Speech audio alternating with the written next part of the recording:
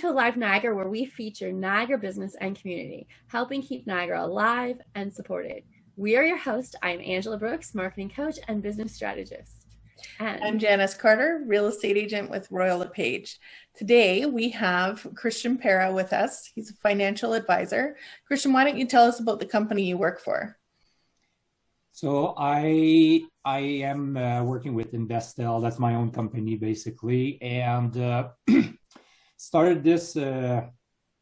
Actually, I went on my own about a few months ago now. I was working for another company, but the purpose behind the company was really to serve smart and very intelligent women that want to make better financial decisions in their life. Where did I came up with the name? Well, investing, obviously, the first part. L, because it's the French way of saying she in French. And I'm sure by now you caught on my accent for people that are listening to us, watching us today. So it's I guess, to go back to my roots, being from Montreal. So Investel, that's the company name. And working with ladies in the region and throughout the nation, throughout Canada. I think the pandemic has helped that quite a bit to get referrals from other parts of the country. Wow. And why did you choose to work specifically with women in what you do? What motivated you to do that?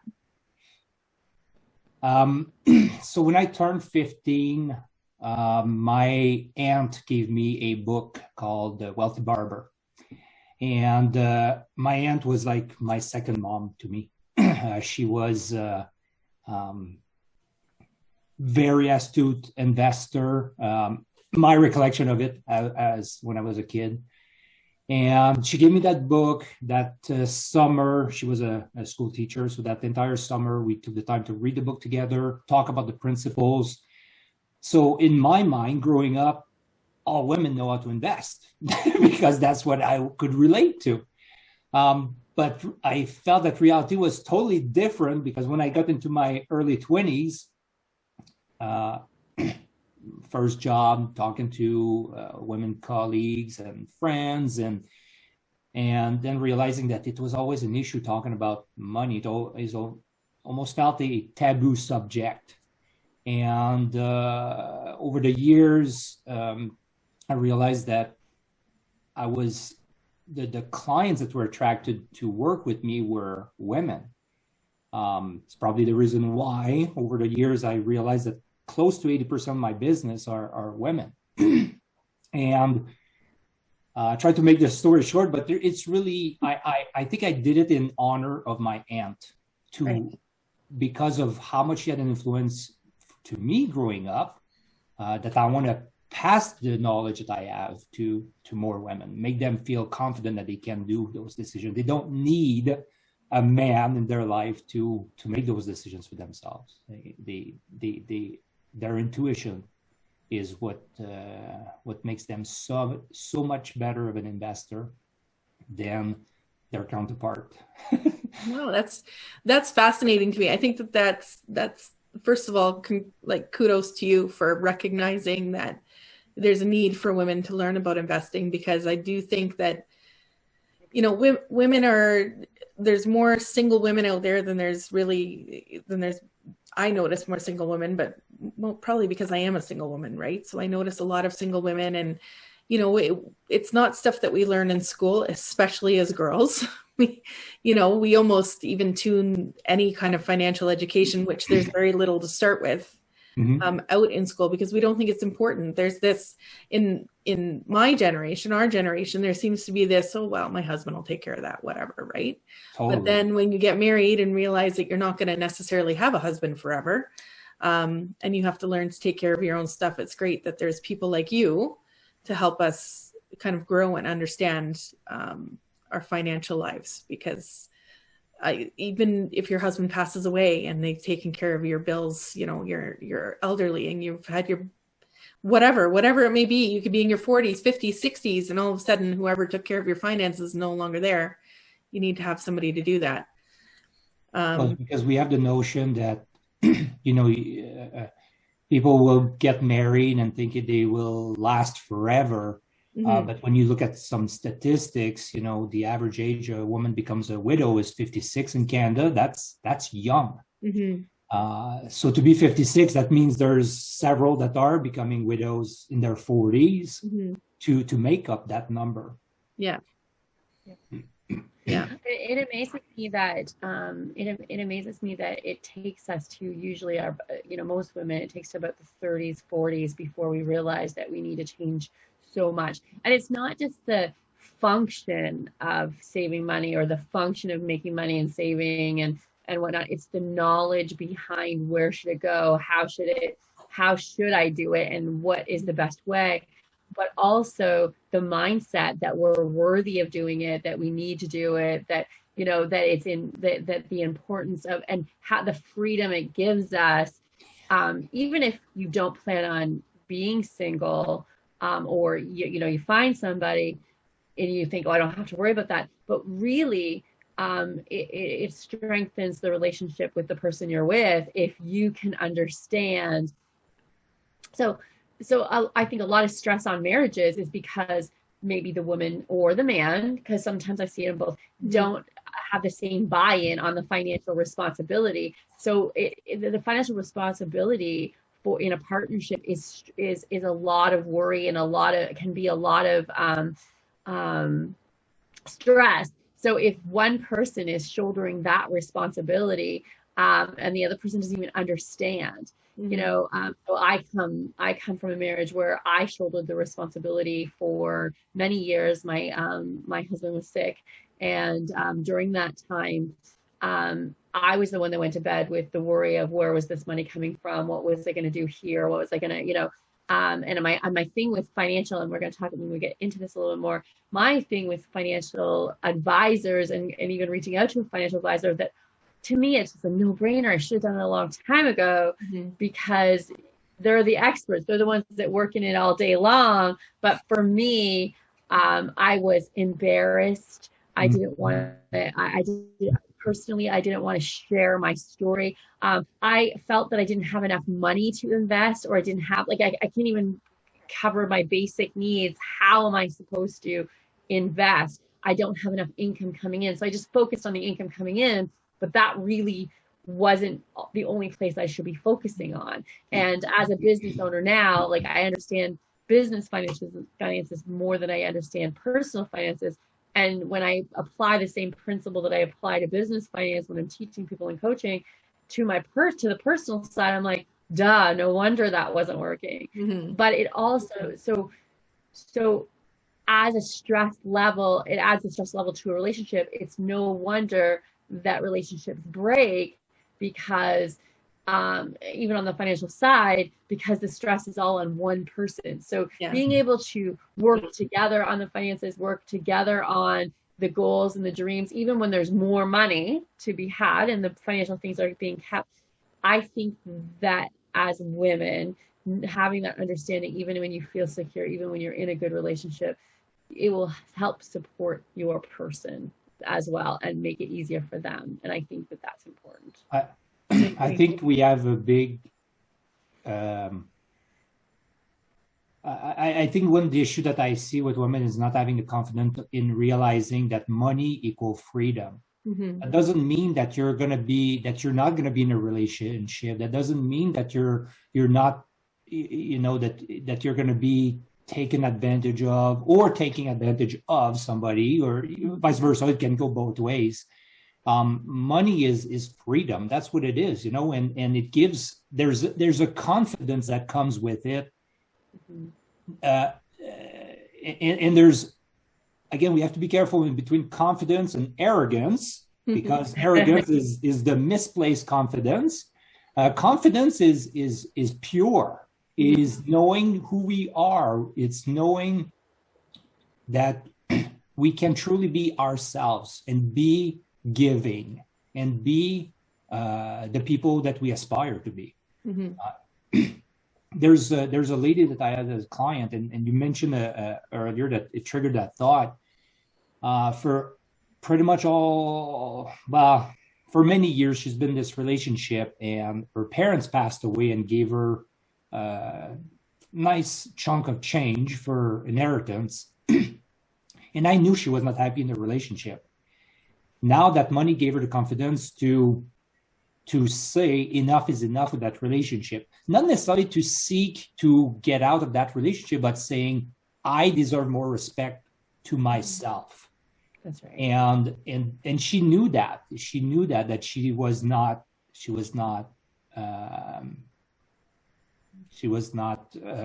giving herself enough confidence. She was not prioritizing herself, putting an importance on herself in that.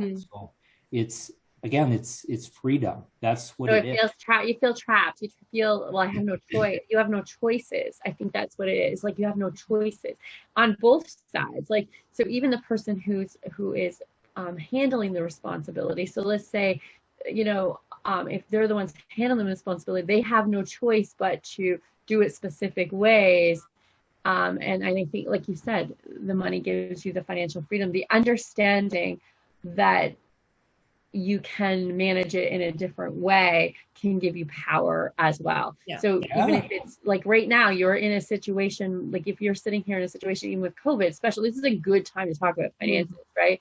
So there are some people that are doing better than others. There are some people, they actually show, there were some statistics that were out there. I just read an article and I can't remember where I read it from, but it's just coming to mind right now. But I read an article where Canadians are actually doing better financially because people know that the unknown last year, when the unknown came and people didn't know if they were going to have a job, if they were going to have money coming in, if they were going to, what was going to happen, people tightened their belt. They didn't spend money where they needed to. Plus, a lot of things like casinos are gone, and things that a lot of coping mechanisms, unhealthy coping mechanisms that we throw money at, are no longer available for us. So some of the things that we some people are actually doing better with less money than they were with lots of money, or because they just have this, well, money's coming, it's going to come next week, and there was like a so now people, so they actually show that the statistics that we're actually, as Canadians, we're actually doing better with our money, with the universal, because CERB has become almost like a universal income coming in. Yeah.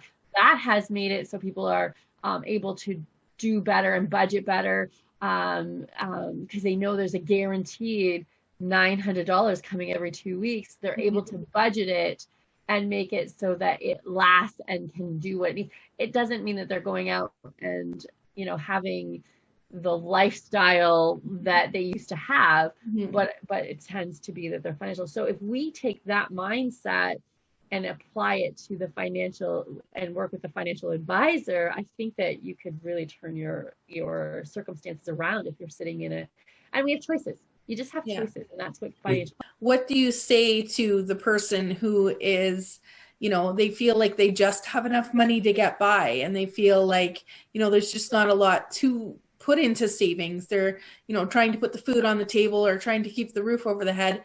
And there's just, there doesn't seem to be those extras for investing. Is there solutions for them so they can be investing? I mean, this will come out maybe harsh, but the reality of it is there's always side gigs to be done, always. And if we make it, I'm going to go back to Angela about the word choice. It is a choice.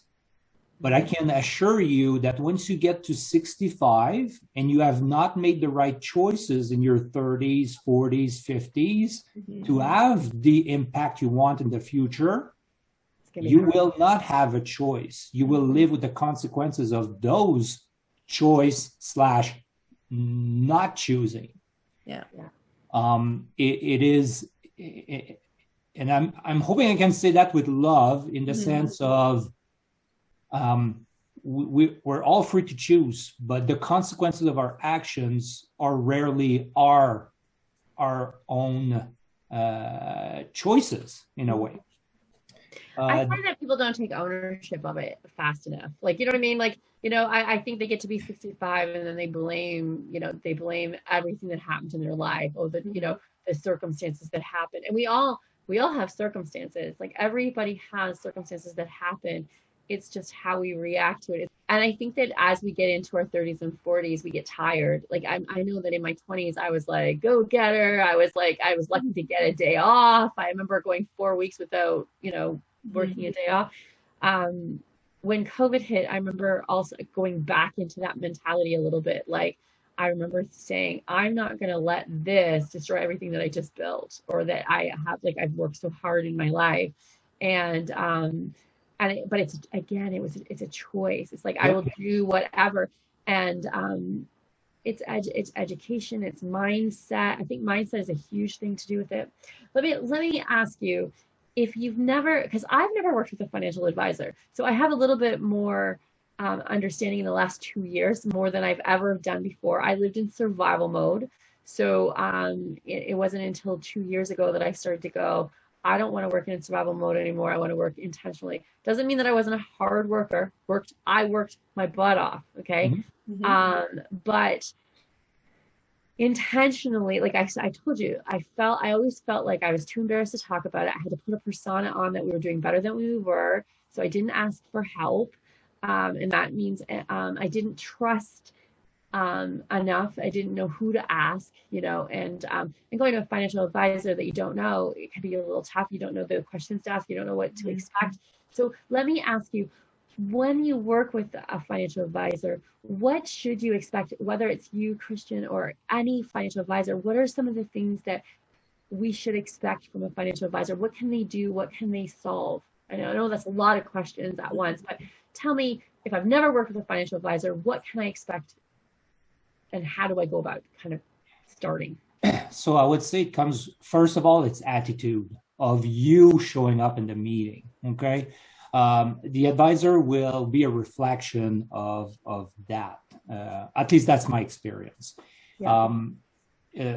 What you should be seeking, what someone should be seeking, is definitely independence, in the sense of that advisor has to have the freedom of choices to make sure they're going to be doing the right thing by you. Okay.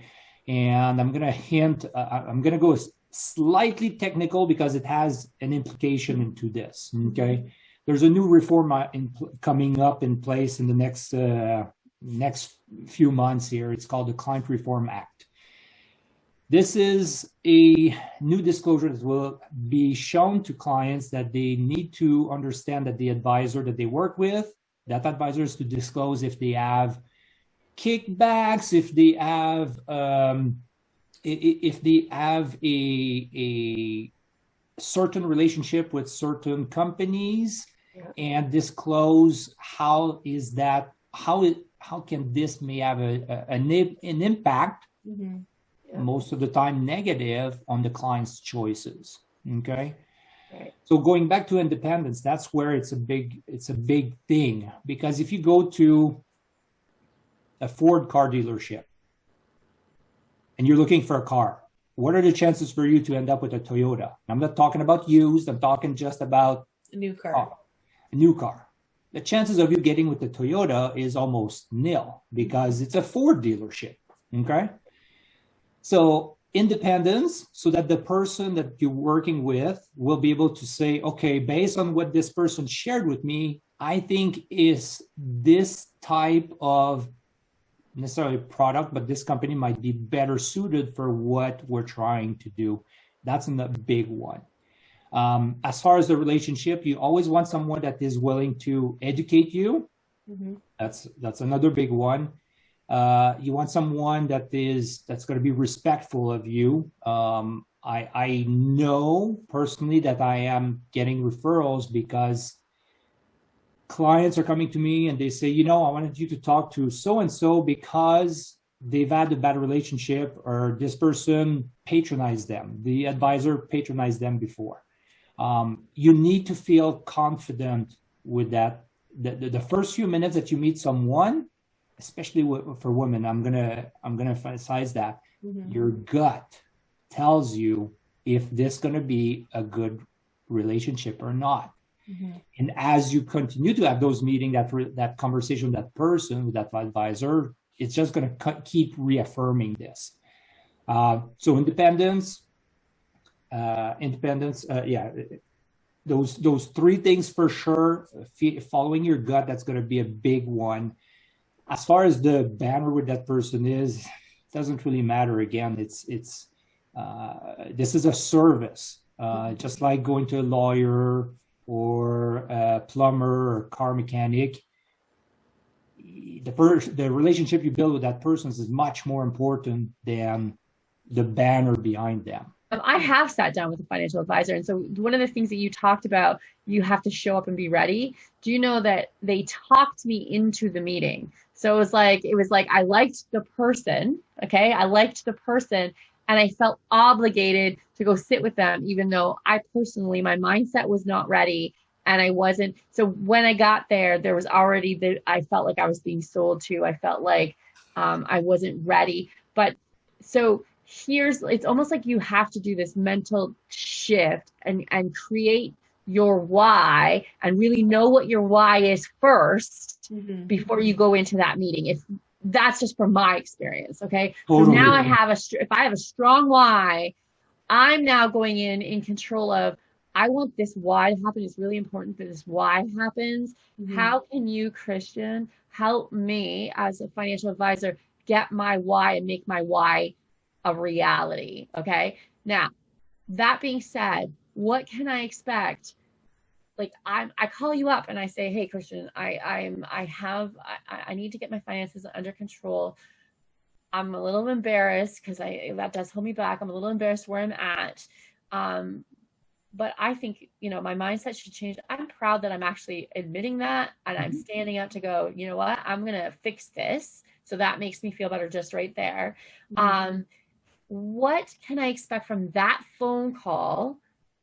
Do we get it together for a meeting? What happens in that meeting? Are you gonna put all these choices in front of me and I'm gonna be overwhelmed because I don't know anything? Are you gonna educate me on the different ones? Are you gonna ask me what the why is? And what does that look like? I want to just know what that looks like so that I can feel comfortable going into a relationship with any financial advisor.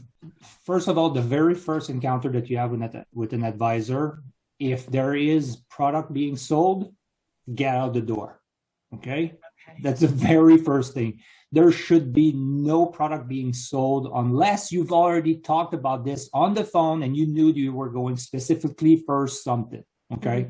Otherwise, that first conversation, meeting, Zoom meeting, should be all about you. Should be about getting to understand where you're coming from, where you want to go, how to bridge that gap in between now and in the future. And so that should be the first meeting. There's going to be a lot of questions about these three. Okay. So, and is it geared around, your credit history, not so much your credit history. I mean, it could, depending on where the client is coming from. Yeah. But it should be more geared about what's your past investment experience. What have you tried before? What happened with that experience? It could be questions as sometimes they may sound like totally left field, but what was the experience about money when you were growing up? I don't think that's left field at all. I think that impacts how we decide moving forward. And sometimes you have to break that pattern. I get that. Yeah. So it's understanding what's happening in between your ears to understand what can happen in the future. Sometimes people will say, oh, I don't like this. Well, why? Why don't you like this? Whatever that item is, understanding this, because sometimes it's just a bad experience, and bad experience doesn't mean it's bad. It just means that we don't necessarily understand how to use the tool properly.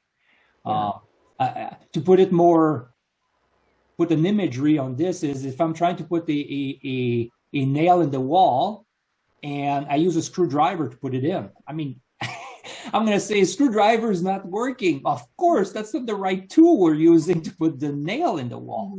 Right.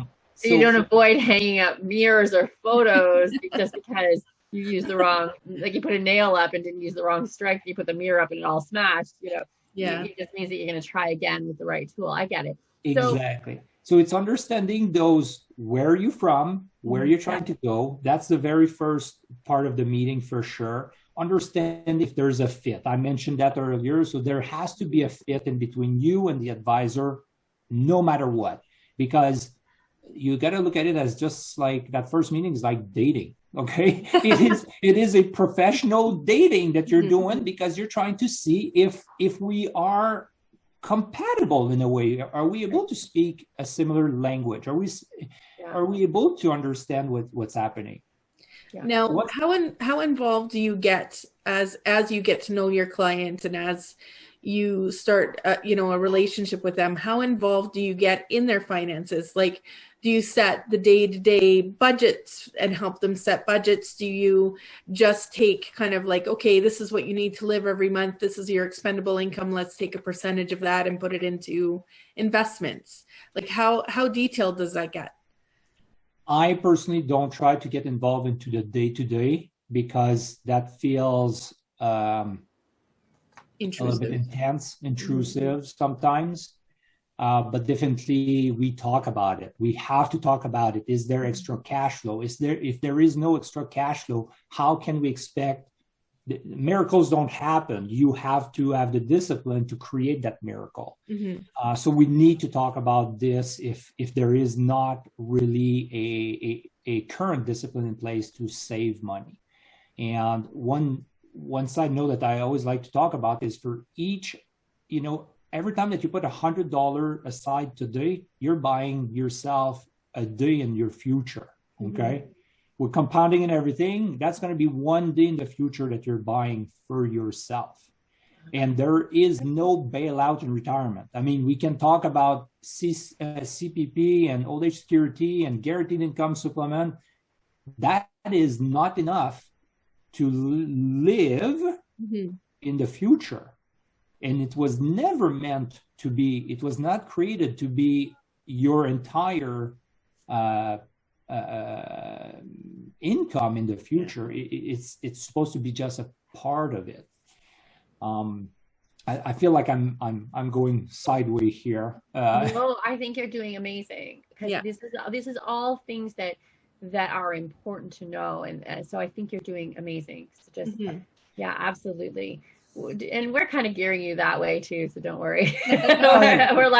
we have our interests. Like, when we ask some of these questions, we know that some of our readers are sitting there going, okay, well, I don't have the extra income, so I don't need to call you. So I don't need to call you, Christian, I don't have the extra income. Is that true? Goes back to choice. Yes. Because so many people that you're going to talk to, they say, oh, I don't have the extra income, but hey, you know what? My daughter's doing ballet. My son is doing soccer, or not soccer, hockey. That's a big one. Doing hockey, and you're like, hold on a second. So you don't have $200 a month, but you have $10,000 a year for hockey, because especially when there's tournament and all these things, we all know that it costs an arm and a leg. Yeah. Yeah. You definitely have to create priorities. I come from a situation where, I was raising 4 kids on my own with no money, trying to, like, I lost my job 6 months after I left my husband and literally had zero income, like EI income coming in, stressing out about how the bills are going to get paid. Right. So I went from that and survival mode, like Angela says, you're just doing everything you can to get by, to having expendable income. And when I got to the having expendable income, I kind of had to rein it in a little bit, because I realized as I slowly progressed and made more money, I slowly progressed and spent more money at the same rate. We all do that. Right? So I had to stop and say, okay, I used to live on $2,000 a month. Why now does it cost me $5,000 a month to live? Because I have $5,000 a month? Because I have $10,000 a month? What does that, it all becomes relative. So you have to stop and you have to, on purpose, make decisions to put the money aside. So now, I mean, I work on commission. So sometimes I've got great money coming in. Sometimes I've got no money coming in. I now do everything on percentage basis. So I know 50% of every commission goes to living expenses. 20% of every commission goes to saving. 10% of every commission goes to vacation fund. 10% of every commission, like I divide it all up by percentages of my paycheck, and I live within those means. If I know my housing, my food, my car, all of those things need to be within that 50% budget of my commissions. And that's how I know I'm going to have enough money. I have to have an emergency fund. What if I don't make money for 6 months in real estate? I have to have 6 months income sitting aside. So you're approaching another subject of finances, is having emergency funds. Mm-hmm. You know, that's always something that I try to emphasize to everyone is you need to have 3 to 6 months of emergency funds. Why 3? Why 6? Well, you, Janice, are the perfect example why you need 6, because you are in a highly fluctuating business that today you might make very good money, next month too, but you may be on a drought for 4, 5, 6 months, and you need to make sure that you're not going crazy because you spend everything. Yes, and when COVID hit, I didn't work from March till September, right? Like there was nothing. There was 0 real estate transactions. I got my statement from my company. I made negative $225. Oh my God. And because I had done that the year before, I was able to get through. Yes. You know, and I didn't have to pull on CERB, and I didn't have to do those things because I had it. And I feel very fortunate to be one of the people who had that, but it was a conscious decision that I made after being broke the year before during, you know, like trying to scramble because I didn't have enough, that I made the decision when I start making money again, this is how I'm doing it. So we are going back again to that word, choice. Yeah. It's all about choice. You made the decision last year, and I'm sure in between March and September, the stress level was not there, meaning you were not in anxiety mode because you had money. Yeah. It helped. Helped. There was still stress, but there wasn't financial stress on top of it. It definitely made a difference for me. Yeah, and it always comes back to the why. Like, I went to teach pricing in business, right? So it's like one of my specialties. I have a workshop that has 8 modules, and it's like 8 hours worth of, you know, valuing yourself, setting pricing, and setting it up, you know, your costs, knowing your costs, your fixed, and all that kind of stuff. And one of the things I learned and learned the hard way back when, I remember going to client meetings, and I would undervalue myself all the time. I would be like, you know, somebody would say, I need a website, but I actually need 2 websites. What can you do? I don't have a lot of money, you know, that kind of thing. I remember in particular, my aha moment, I had set up an appointment with a client, somebody that I liked, somebody that I had grown relationship over the years. They knew me, I knew them, but we set up an appointment. I drove 45 minutes there. They needed 2 websites. I get there, I'm waiting. She's late. 15 minutes, 20 minutes late. Now I'm the one that drove 45 minutes. She's like close. And she's already nickel and dime me. And I didn't realize I didn't call it nickel and dime at the time. I'm helping her. I'm going to do 2 websites for almost the price of one is basically what I was doing. I was really just, you know, wanting to help her, and I had the skill set to do it. I didn't really value that kind of stuff. At this time, I'm driving this old van. I'm like scrounged the money for gas to get there, you know, change in the car, and took out money out of the jar, you know, like that kind of stuff, and to be able to get there. I'm going to ask her for a deposit while I'm there, you know, that kind of thing. But I'm being very conscious to who she, like, you know, that she doesn't have any money, because that's what she said. But when she walks in, she's driving a BMW. She's carrying a Coach purse.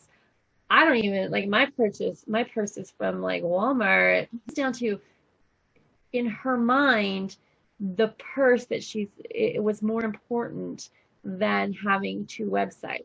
The BMW was more important than having this website. It's not about, it wasn't so much, again, it was a choice. She was making a conscious choice that purse, because that purse alone was a website. She was carrying a website, you know? And I had this aha moment, like, you know what, it's not that she doesn't have the money. She's just not choosing to spend her money in this position. And so with financial advising or with financial investing and savings and stuff like that, I think you're right, Christian. It's about the choice. I am going to choose to have the plants in my garden or have the plants in my future. You know, I'm going to choose to have 7 pairs of shoes instead of 2, instead of having a pair of shoes in my future. Do you see what I'm saying? So I think that when we actually, if we can illustrate and visualize it that way, I think that kind of gives an aha moment that it's not that we can't afford it. It's that we have to choose to do it. What priorities we have, what's important to us, what is our why.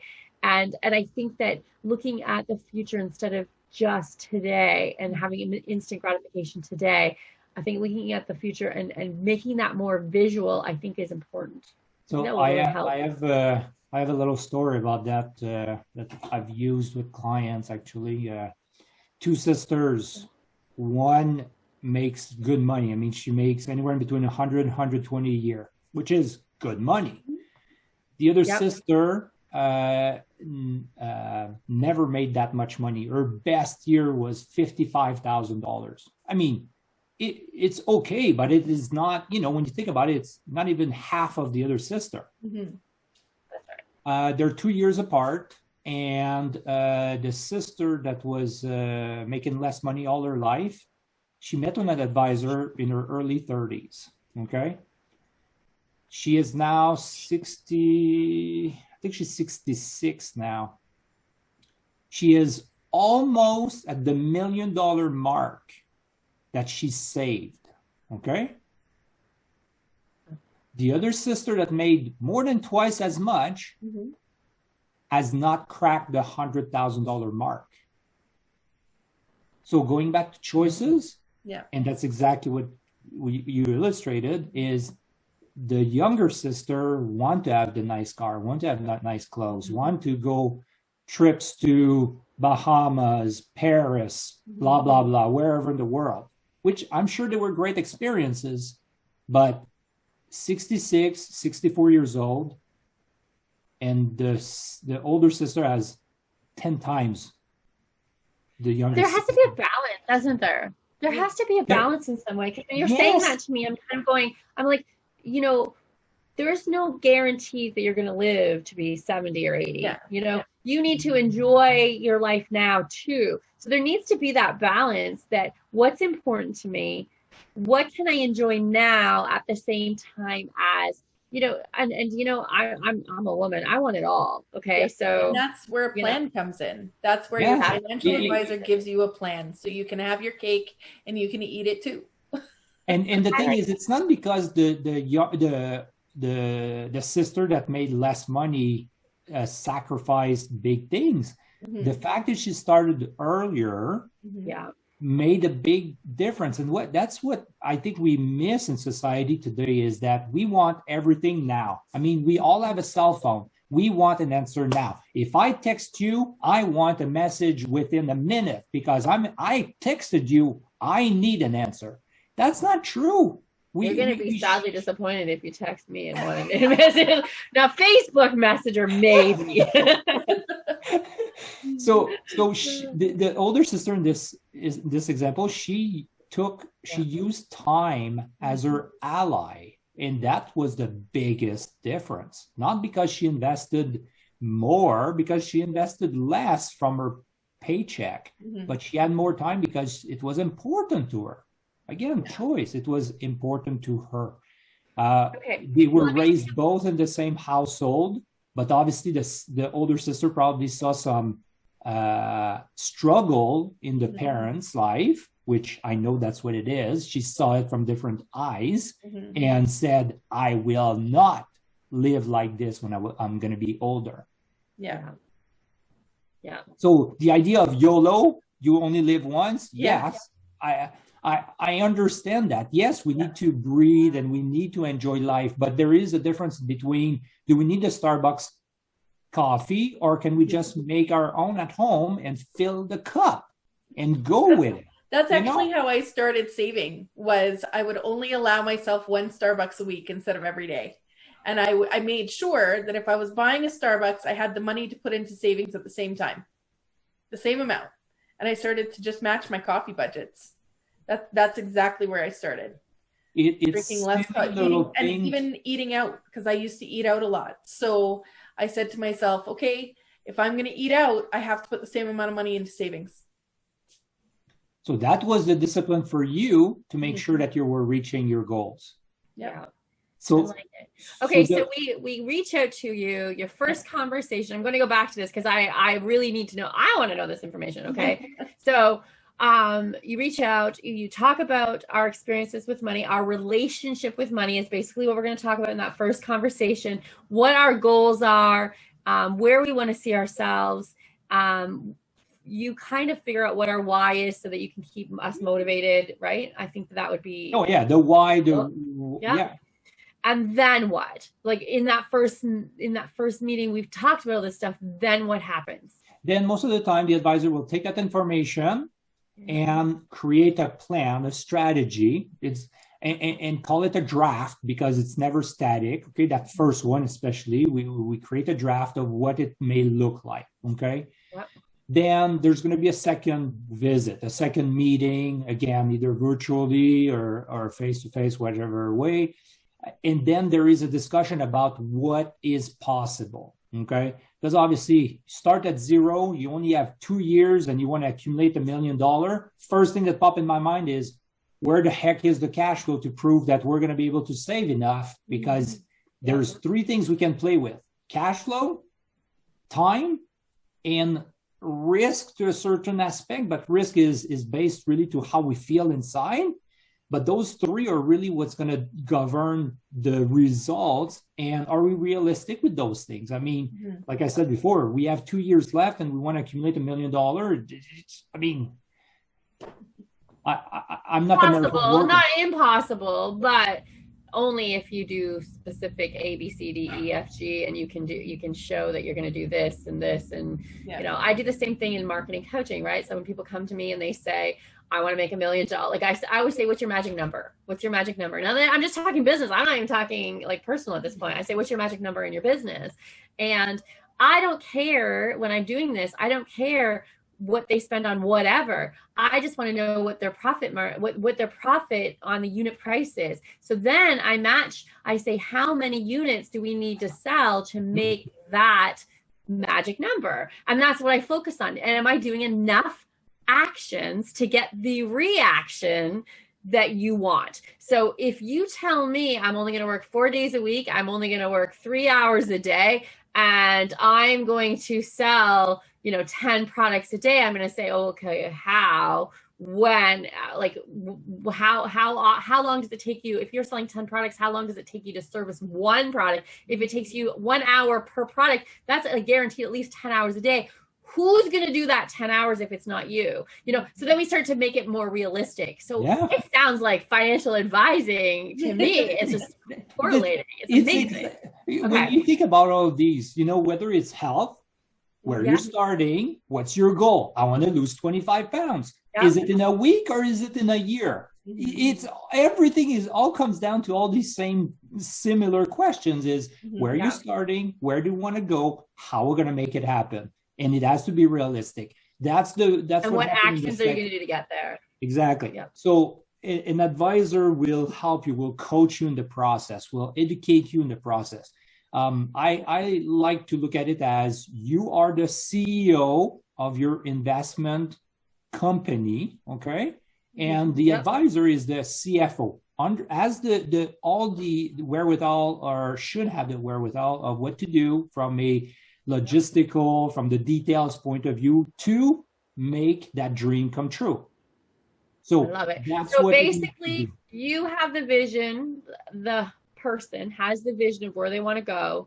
The CFO, the financial advisor, says, this is how we can get there. Here's the plan. But then it comes back to you to execute it however you need to execute it. And that's really how it comes down. So let's talk about one more thing. So I do follow your plans. How do you get paid? What is it that I like? how do you get paid, Christian? Like, do I pay you every month? Do I pay you yearly? Do I pay you off of what I make, or what I invested in? How do I pay you? There's really three ways that an advisor can get paid. Okay, there's the typical commission based on the product that are being used to achieve the role. Okay, those are what we call indirect. They're called indirect because most of the time the products that are being used pay a commission to the brokerage firm that this advisor is working with. Okay, so from the client's point of view, they don't really see those fees, although they are there, they are indirect. Okay, but there's always a portion of it that is assigned to the advisor. Okay, so that's the most common one, which, by the way, I don't want to predict the future, but we know that the future is going that this may disappear in the future, simply because we're seeing it in Australia and England. This model of paying is going to disappear. The next way is per trade. So if we're thinking stocks, there might be a cost per trade. Okay, so to buy X amount, 100 shares of this will cost X amount of dollars. Okay, then there is actually there's four ways. So then there's what we call fee only. So an advisor that will create a plan for you, which is going to charge you upfront X amount of dollars, and it's in your hands to figure out a way to implement it. Okay. Actually been thinking about doing a more of a commission base. You know, if I get you results, like I do a little bit of a free front, and then if I get you results, because I believe, like Janice, I believe in you so much. Like if I said to you, instead of paying me this fee to help you every day or all the time, monthly fee of marketing coaching, I'm gonna lower my price there, and I'm investing in you. And I know if you just follow these results and you follow these things, I will waive that upfront fee and, you know, and go off of the commission. Commission is tied to a product and a specific company in my world. Okay. Yeah. Versus what you're saying would be tied into the last model, I would say, which is fee-based. Fee-based, that means that based on the amount of money that the client has, a charge will be applied to this on a yearly basis, okay? But it's every month, but it's going to be 1/12 of that yearly fee. And so that's where which is similar to what you were saying, Angela, is that there's an incentive for the advisor to provide the service long-term. There's an incentive for the client because they know what they're paying for upfront. It's transparent, very transparent. They know on their statement they're paying X amount of dollars, so they see the value, they see what they're paying for. And so it's so of all these four structures, there's pros and cons in all of these. Okay. I'm not sure if I want to get to the details of every single one because that could be a full conversation. But there are pros and cons to these four models for sure. Personally, right now, I work on a model of fee-based purely because I feel that it is totally transparent. I do not have any incentive, one company versus another one. I can pick and choose what's going to be the best for the client at any given time because the client pays me. Nobody else is paying me. I'm not getting kickbacks from this company who's a preferred provider or not. The client pays for my fee. Just like if I go to a lawyer and the lawyer says, okay, to do this work, it's going to be X amount of dollars. You pay for that fee. You know that you're paying it. It's not somebody else that is providing for that income. Right. Okay. So let me ask the question. When should you start working with a financial advisor? Like, is there should I have X amount of money saved away for it? Should I start before? Like I'm just like, you know what? I know I'm going to work with a financial advisor. Should I be calling you now, even though I don't have the money to get started? What like, I don't even know how much that would be. Should I have $500 to say, hey, Christian, here's $500, help me get started? When should I get started? You should have started 10 years ago. Okay. Okay, but I'm being sarcastic. I can't go back in time unless you have a time machine in your backyard. I'm being sarcastic with this. But basically, the time is now and not in the future, for sure. For everybody, the time is always now versus, and yes, being funny, yes, 10 years ago was better, just because, again, time is your ally. As far as money, I know personally, I'm more focused on making sure the client is real with me and their discipline and their why is big enough that they will want to implement this plan. You do need some money. For most companies, you do need a minimum. I would say anything less than 5,000 as a start. That doesn't mean you invest 5,000 a month. That's not what I'm saying. But at least if you have a $5,000 lump sum to start with, I think at least you got something to work towards. Okay. If you don't have that, that's not a big deal. It's just that you may, start saving that money. It's saving is a good habit no matter what. Okay. There are companies, advisors that will tell you, yeah, you need $250,000 to work with me or something like that. And that's normal. That's going to happen because people at one point, they have so many clients that they don't necessarily want to take on more clients. I'm at the point I'm still growing personally my business. And for me, like I said, it's more, are we a fit? And are you serious about your goals? Because being serious about your goals is more important than anything else. It's the same for you. If you go show up to a business and the business owner says, you know what? Yeah, I want to do this, but who cares if it doesn't really work? Well, I'm not just going to take your money. I want to work with someone who's serious. Yeah. That's your results are their results. Yeah, exactly. Like their results are your results. I feel that way. Like when you're coaching, whether it's or advising on any industry, the representation, if you don't qualify your clients, you get their reputation. Like, so if I took on you two, let's say I took the two of you on as coaching clients, and, you said you wanted to make X amount, you're telling everybody that you want to make X amount, and, but you're not doing the work, it's a reflective of me. Well, I was coaching with Angela, same thing, you want to have the serious people that, like I onboarded a new client just last week, and it was a referral, the son of a lady client that I have, and he's kind of starting in life, and I told the mother point blank, I said, I am, I don't mind working with him, but I got to make sure that he's serious about this, because I don't have time to mess around. I want to work with people that are serious about doing this. And she said, oh yeah, he is. He's been in a short amount of time out of college. He set this money aside. I'm like, okay, let's talk. And we talked, and I understand more about what he wants to achieve and helped him out in the process. And because, like you said, my word, my reputation is more important than anything else. Yeah.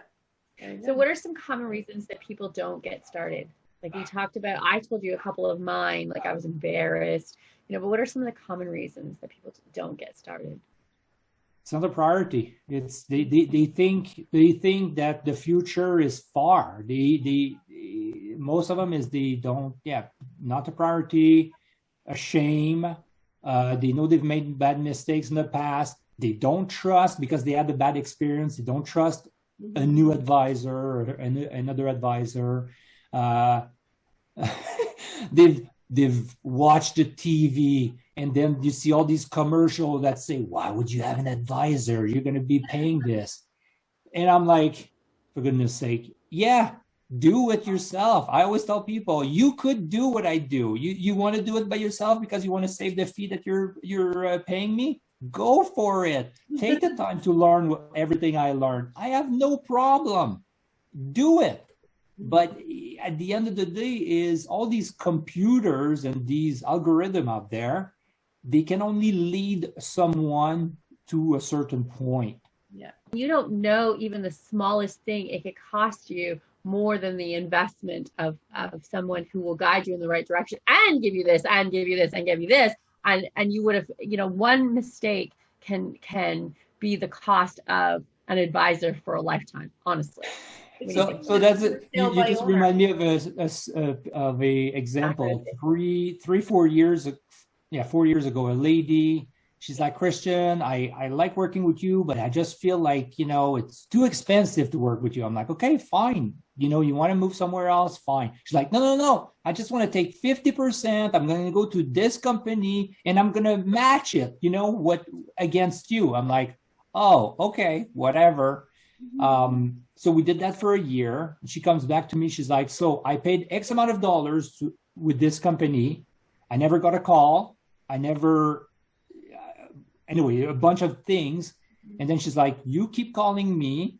You outperform the other place. And its performance is only one aspect of the relationship. Okay. It's not all of it. Mm-hmm. But at the end of the day, even though my fee was higher, after all my fees, she still made 2.5% more than the other place. So at the end of the day, who cares if we pay $100 to make $200? I'll do that any day. But if I'm paying $10 to make 11, what's the point?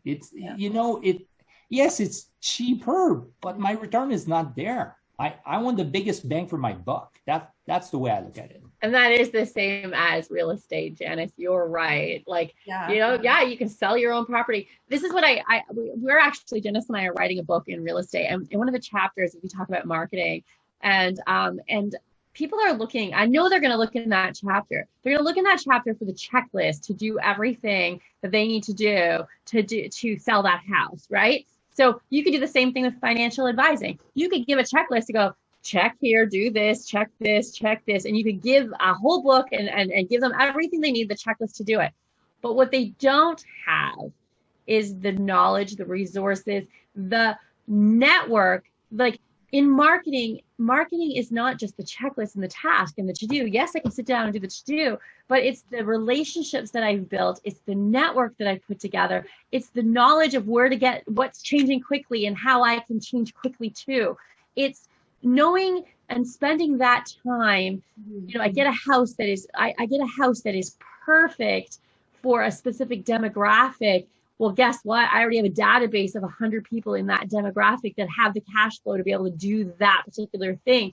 Yeah. So the time, if you want to take the time to build a network, and it's not about the task. It's not about putting the for sale sign on the yard. It's not about putting, yes, you can put it up on Instagram, and yes, you can get 100 people to share it. And yes, you can do that, but it's sharing it with the right 100 people. It's being able to click a button and go, you know what?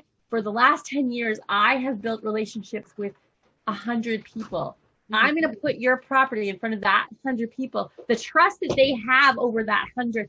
Good luck building that in a week that you want to sell your house, or 2 weeks that you want to sell your house. You're not going to get as much money. You're not going to get it in front of the right buyer that could offer more. You're going to make a mistake. And that mistake is going to be the cost of you not getting the biggest return of your investment. And I think that's the same with financial advising. And I hope that, I'm so glad you're on the show today. Like I've had like 5 aha moments while I was talking to you. No, like I say to people all the time, you wouldn't try to do your own heart surgery. You're not a skilled surgeon, right? Right. So you're not going to try to, amputate your own leg unless you're in a seriously desperate situation. Why would you take some of the biggest financial transactions of your life and leave it up to somebody who doesn't do it full time, who doesn't understand all of the ins and outs and all of the aspects of the profession of what you're trying to accomplish, whether it be real estate or mortgages or financial advising?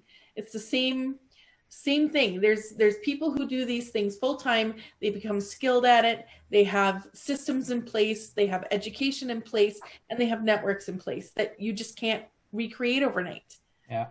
So one thing I always tell people is that, on a life with my clients, let's say 10,000 days, Really 95% of the time, it's not about the money. It's about other things that needs to be managed, because it may have a financial impact, but it is mainly other trigger. It's having someone that you can bounce off ideas that may have an impact on someone and making sure that they are not making that mistake. I would say most of the time it's protecting someone against making a stupid mistake that's going to cost them big money in the future. It's protecting their interest. Yeah, 100%. Well, Christian, I definitely see the value in what you do, and I appreciate who you are as a person, and I appreciate that you reach out to work with women. I think that just is a testament to the type of person and the type of human being you are. So thank you so much for being on our little show here. We really appreciate you taking the time. And Angela, do you have anything you want to say in closing? I just want to thank you, and I'm looking forward to reaching out to you off the show, because I do have some questions, some other questions as well.